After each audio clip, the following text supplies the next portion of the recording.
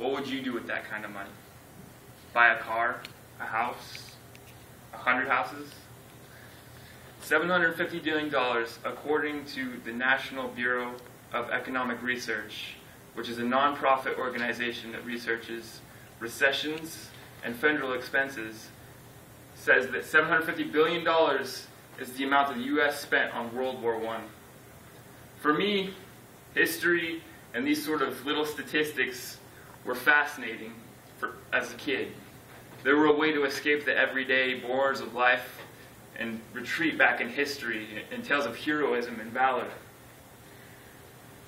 World War I specifically is something that caught my eye as a kid, and today I'd like to tell you guys a little bit more about the beginning of World War I. First, I'll go over how the war turned from an argument between two nations into a global conflict. Finally, I'll explain the U.S.'s involvement in the war, which relates a little more closely to us. At the turn of the 20th century, there were a lot of rivalries between countries in Europe. None were more hostile nor more legendary than that of Serbia and Austria-Hungary.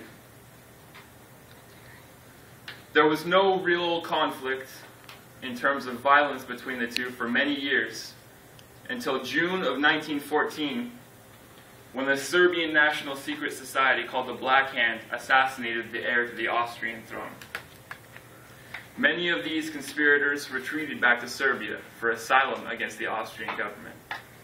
Austria sought out Serbia and asked them to extradite these people so that they may seek justice. If there was a war between Austria and Serbia, it wouldn't be much of a war.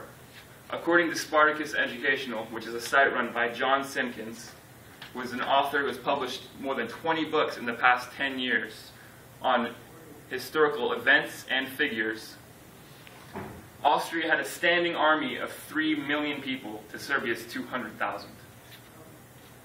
Now, Serbia denied Austria's claim to the Black Hand, and Austria declared war on Serbia on July 28, 1914.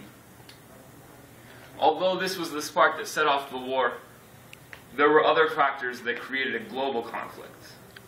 Most of these were treaties and agreements between many of the nations of Europe. Realizing that Russia would come to Serbia's aid in the event of war, Austria went to Germany. In the event of Russia's war against Austria, Germany would come to her aid. Germany agreed. Soon enough, Russia came to Serbia's aid, and war was declared on Germany and Austria's eastern front. Now, Germany had developed quite a navy and quite a military, and they were a military weapon, and they were a presence in Europe that was feared. France, who was also tied to Russia, came to Russia's aid on the western front. Britain came to France's aid, but mostly for an agreement 75 years prior, which was made to Belgium. Soon enough, everyone in Europe was involved in this war in one way or another. And all the major leaders of the world were involved except for one, America.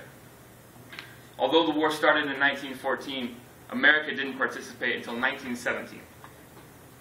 Holding a position of neutrality for the last 3 years, President Woodrow Wilson finally realized that if Kaiser of Germany was not stopped, that his lust for power would soon bring him to Western soil.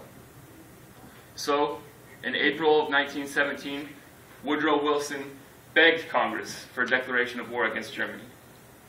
Soon enough, they accepted his agreement, and Black Jack Pershing led the U.S. troops across the sea to the Eastern Front. Now, many skirmishes were held between the two nations for the next year, with no real progress on either side. Until September 1918, Black Jack Pershing led a bold advance to the Western Front of Germany, which pushed Germany back little by little until most of her troops had surrendered or ran a mutiny against the government. On November 11th, 1918, Germany signed an armistice which ended the war, the day that we now know as Armistice Day.